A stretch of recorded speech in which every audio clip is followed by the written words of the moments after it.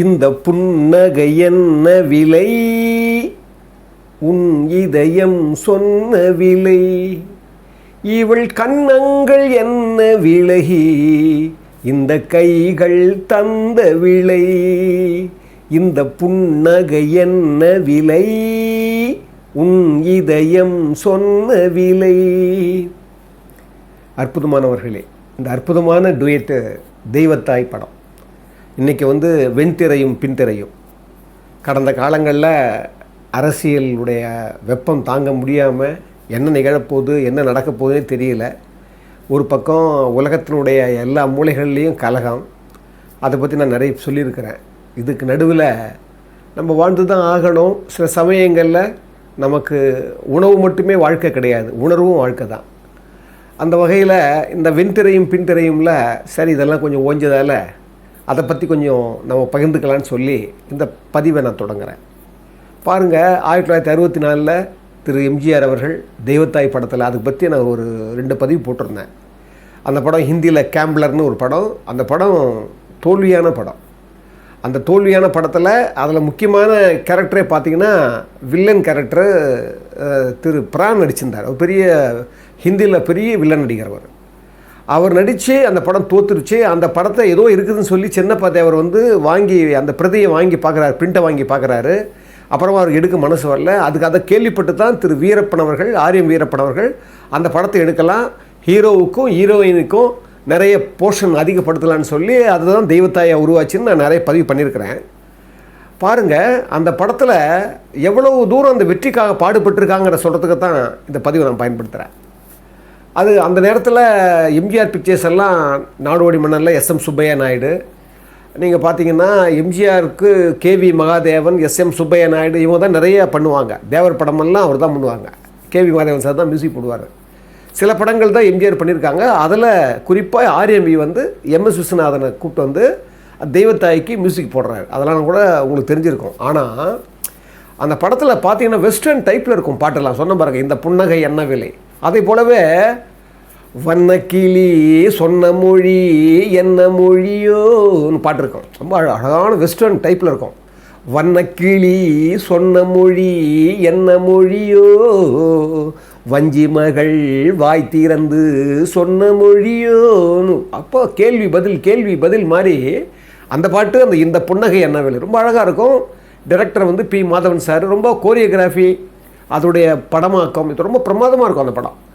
அதில் என்ன பிரச்சனை நடந்ததுன்னா, ஏற்கனவே சொன்னேன் நான், தெய்வத்தாயில் வரலட்சுமி அம்மாவை கொண்டு வந்தாங்க, அது சரியில்லை, அது அம்மா மாதிரி இல்லைன்னா ஒன்று பண்டரிபாய் அம்மா கொண்டு வந்தாங்கன்னு சொல்லி கூட அது ஒரு பதிவு போட்டிருந்தேன். அதில் மிகப்பெரிய மாற்றம் என்ன நடந்ததுன்னா, திரு ஆர்எம் வீரப்பன் அவர்கள் ஒரு புதுசாக இருக்கணும்னு சொல்லி தான் அது வரைக்கும் திரு சிவாஜி கணேசன் அவர்கள் மூலமாக அவங்களுடைய குரூப்பில் இருந்த பி மாதவன் சாரை கொண்டு படம் எடுக்க வைக்கிறார். அதில் தான் 3 எழுத்தில் மூச்சு இருக்கும் பாட்டெல்லாம் ரொம்ப அழகாக பிரமாதமாக எடுத்திருப்பார். அந்த பாட்டெல்லாம் எடுத்த பிறகு கூட அவருக்கு முதல்ல அந்த படம் எடுக்கிறதுக்கு முன்னால் பிரச்சனை என்னென்னா, யார் டயலாக் எழுத சொல்லலான்னு சொல்லி அவர் என்ன நினைக்கிறாரு. அப்போ மேஜர் சந்திரகாந்த் நாடகம் பிரமாதமாக நடக்குது. அந்த நாடகத்தை தலைமை தாங்கினவர் எம்ஜிஆர் அவர்கள். அதை பற்றி நான் பாலச்சந்திரனுடைய தனிப்பட்ட ஒரு அவர் எப்படி வந்தார், எப்படி எம்ஜிஆர் அறிவுப்படுத்தினார், எம்ஜிஆர் எந்த அளவுக்கு பண்ணாருன்னு கூட நான் ஒரு பதிவு போட்டு பெருசாக அது நிறைய பேர் பார்த்தாங்க. இங்கே அவர் சொல்கிறார் ஆர்எம்பியுடைய பாயிண்ட் ஆஃப் வியூவில். நான் மேஜர் சந்திரகாந்த் நாடகம் பார்த்துட்டு நானும் பார்த்த உடனே ஒரு எளிமையான வசனங்கள், ஒரு இயல்பான வசனங்கள், அது நல்லா இருக்குன்ட்டு நான் பாலச்சந்திரன் கொண்டு வந்தேன். ஆனால் அவர் என்ன பண்ணார், அந்த இயல்பாக ரொம்ப எளிமையாக இருந்தார் தவிர ஒரு எம்ஜிஆருக்கு ஏற்ற மாதிரி, அதாவது இன்னும் சொல்லப்போனால் கிளைமாக்ஸுக்கெல்லாம் ஒரு இலக்கிய மாதிரி ஒரு நல்ல ஒரு முதிர்ச்சியான ஒரு தமிழ் வேணும் அப்படின்னு நான் எதிர்பார்க்கும்போது அவரால் அது ஈடுகட்ட முடியலை. அதான் நானே நிறைய இப்படி வேணும் அப்படி வேணும்னு சொன்னதால் என்ன ஆச்சு, அவர் பாருங்கள் எழுதும்போது நிறைய பேர் அவர் தூண்டி விட்டாங்க. எங்களுடைய டெக்னீஷியன்ஸே நிறைய பேர் உங்களுடைய நிறைய தலையிடுறாரு கே பாலச்சந்தருடைய அவருடைய ஒர்க்கில் ஆர்ஏவி நிறைய தலையிடுறாங்கன்னு சொல்லி அவர்கிட்ட நிறைய பேர் தூண்டி விட்டாங்க. அது மட்டும் இல்லை, அந்த நேரத்தில் நான் என்ன பண்ணேன், டிஎன் பாலுன்னு அவர் திருப்பத்தூரை சேர்ந்தவர், டிரைவராக இருந்தவர். அவர் தான் நிறைய படம் எடுத்திருக்காரு. அவர் கதவசனம் தான் டிஆர் ராமன் ஐயா நிறைய எடுத்திருக்காரு. சட்டமின் கையிலும் ஒரு படம் எடுத்திருக்காரு. நல்லதுக்கு காலமேல்னு ஒரு டைரக்ட் பண்ணியிருக்கிறாரு. அது பின்னால் ஆனால் ஒரு கார் டிரைவராக இருந்து டிஎன் பாலு அவர்கள் அந்த திரைக்கதை எழுதும்போது கூட அவர் டிஸ்கஷனில் உட்காந்துக்கு வரான். டிஸ்கஷனில் அவர் உட்காந்துருக்கிற போது ஒரு ஒரு சீனே சொன்னாராம். அதாவது ஹீரோவும் ஹீரோயினியும் 2 பேரும் ஒரே மாதிரியான ஸ்கூட்டர் எடுத்தோம். அப்போ தான் ஸ்கூட்டர் அறிமுகமான நேரமாக அது. ஒரே மாதிரியான ஸ்கூட்டர் கொண்டாந்து ஒரு ஸ்விம்மிங் பூலில் வந்து அவங்க வச்சு நிறுத்திட்டு போய் அதை முடிச்சுட்டு வரும்போது அந்த ஸ்கூட்டரை மாற்றி ஒரே மாதிரி இருக்கும் ஸ்கூட்டர் அந்த காலத்தில் மாற்றி எடுத்து போயிடுவாங்க. அதனால் அவங்களுக்கு உள்ள ஒரு காதல் நெருக்கம் ஏற்படுது அப்படிங்கிற மாதிரி ஒரு சீன் கிரியேட் பண்ணாங்க. அந்த சீனை சொன்னதே திரு டிஎன் பாலு அவர்கள் தானா பாருங்கள். அதனாலேயே என்ன ஆகி போச்சான், திரைக்கதையில் டிஎன் பாலு பேரை போட போகிறாரு ஆர்எம்பி அப்படின்னு சொல்லி அதையை பற்றியும் போய் நிறைய பேர் கலங்க விட்டாங்களாம். யார்கிட்ட? திரு பாலச்சந்திரகிட்ட. இப்படியெல்லாம் இருந்து அப்போது ரொம்ப கடினமாகப்பட்டு அதெல்லாம் எழுதி அதுக்கப்புறம் அந்த ஒரு அற்புதமான ஒரு படம் ஆக்கம் செஞ்சோம். அதில் ஒரு பர்டிகுலர் டைலாக் ரொம்ப பாய்ச்சி சின்ன வயசுலேயே. அதை எம்ஜிஆர் சொல்லுவார், என்கிட்ட அன்பு காட்டி நடித்தா கூட நான் சுலபமாக ஏமாந்துருவேன் அப்படிங்கிற என்னுடைய பலவீனத்தை தெரிஞ்சுக்கிட்டு என்னை ஏமாற்றிட்டீங்க இல்லை அப்படின்னு ஒரு அற்புதமான டைலாக். எம்ஜிஆருக்கு ரொம்ப பிரமாதமான டைலாக் அது.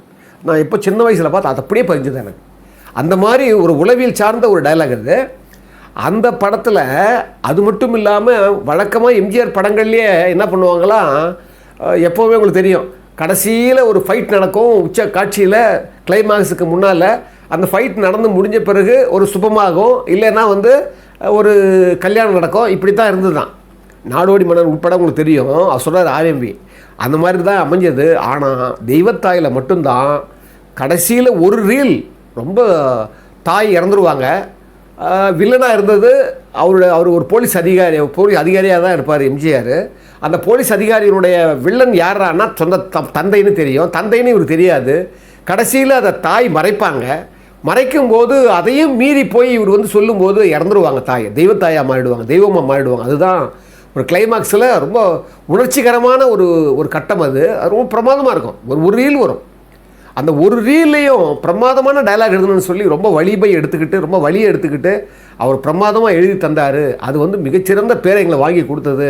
அதுவே ஒரு புதிய வடிவமாக இருந்தது. அது வரைக்கும் இல்லாத ஒரு எம்ஜிஆர் படமான்னு சொல்லி ஆர்எம்பி பதிவிடுறார். அது மட்டும் இல்லை, அவருடைய அது வரைக்கும் எம்ஜிஆர் தொழில்நுட்பங்களை வந்து வெளியே காட்டக்கூடாது, செட்டுக்குள்ளேயே எடுக்கணும் அப்படின்னு தான் அவர் வந்து எப்போவுமே நினைப்பாராம். இன்னும் பர்டிகுலராக ஃபைட்ஸ் எல்லாம் வெளியே எடுக்கவே மாட்டாராம். ஆனால் அதுக்கு தான் இந்த படத்தில் தான் தெய்வத்தாயில் தான் முதல்ல தடா, இந்த ஆந்திரா பார்டரில் தடா, இந்த செங்கல்பட்டு பக்கத்தில் ஊட்டியில் இங்கெல்லாம் வந்து அந்த ஃபைட் சீக்வன்ஸ் எடுத்தாங்களாம். அதுக்கெல்லாம் எம்ஜிஆர் அனுமதிச்சாராம். அவர் சொல்கிறாரு, கொஞ்சம் கொஞ்சமாக எம்ஜிஆரை வந்து மிக வேறு மாதிரி காட்டணும்னு சொல்லி காஸ்டியூம் உள்பட நீங்கள் பார்த்தீங்கன்னா அதுக்கு முன்னால் ராஜா ராணி படங்கள்லாம் நிறைய நடித்தார். சாதாரணமாக சமூக படங்களில் கூட சட்டையெல்லாம் சாதாரணமாக இருக்கும். ஆனால் அந்த படத்தில் அப்படியே இந்த உடலை கவர மாதிரியே அந்த ஒரு டைட் ஒரு டிஷர்ட் போட்டிருப்பார். அப்படியே இன்சர்ட் பண்ணியிருப்பார். பார்த்தீங்கன்னா தெய்வத்தாயே 1964 நீங்கள் பாருங்கள், தாய் சொல்ல தட்டத்தையெல்லாம் பார்த்தீங்கன்னா 61 வந்துருச்சு. தாய் கத்தனையே 61 62 வந்துருச்சு. ஆனால் பாருங்கள், இந்த தெய்வத்தாய்க்கு அதுக்கும் காஸ்டியூம் பார்த்தீங்கன்னா இது வித்தியாசமாக இருக்கும். ரொம்ப யூத்தாக இருப்பார் எம்ஜிஆர். அந்த மாதிரி அந்த சிக்காக இருக்கும். அந்த அந்த அந்த அப்படி அப்படி அப்படி பார்த்தீங்கன்னா சிக்குன்னு இருக்கும். அப்படியே பொருந்தின மாதிரி இருக்கும்.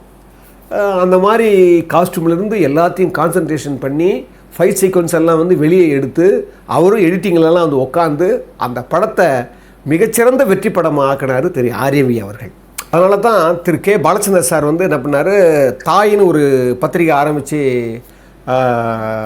திரு எம்ஜிஆருடைய ஆட்சியில் இருக்கிற போது வலம்புரிஜியான் அவர்கள் தாய் பத்திரிகை அதில் கூட அதை எழுதினார் நினைக்கிறேன். வலம்புரிஜியான் தான் குறிப்பிட்டிருந்தார். அதில் வந்து ஒரு கட்டுரை எழுதியிருந்தார் திரு கே பாலச்சந்தர் சார். சொன்னார், எல்லோரும் என்ன சொன்னாங்க, தெய்வத்தாய் படத்தில் என்னுடைய எழுத்துக்களை திருத்தினார் ஆர்எம்பின்னு சொன்னாங்க. ஆனால் அவரது அந்த எழுத்துக்களை தான் அவர் திருத்தினார். ஆனால் அவர் திருத்தினது தான் என் வாழ்க்கையே திருத்தினது, என் வாழ்க்கையே திருத்தியது அந்த எழுத்துக்கள் தான் அப்படின்னு சொல்லி அவர் சொல்லுவார்.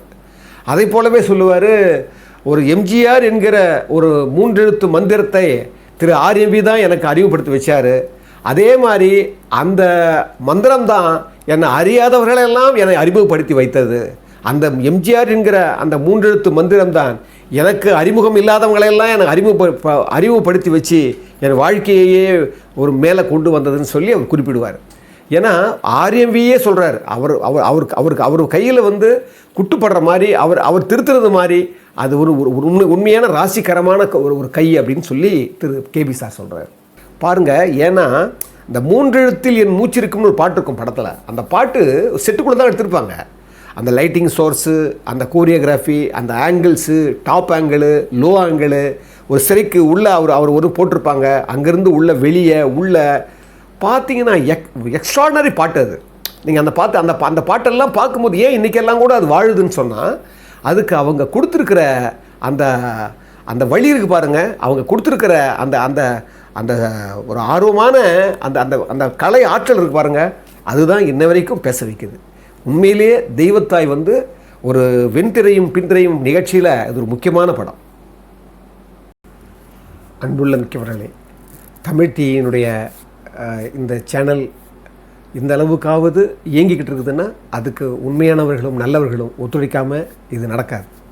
அந்த வகையில் இந்த சேனலை பார்க்குறவங்க உண்மையாக மனதுக்குள்ளே அந்த இதயத்துக்குள்ளே ஒரு ஈரம் இருக்கிறவங்க, நிலை இருக்கிறவங்க, கொடுக்கணுன்ற எண்ணம் உங்களுக்கு வந்துச்சுன்னா நிச்சயமாக இந்த தமிழ்த்திக்கு உதவணும்னு சொல்லி உங்களை மீண்டும் வணங்குவதில் நான் பெருமகிழ்ச்சி கொள்கிறேன்.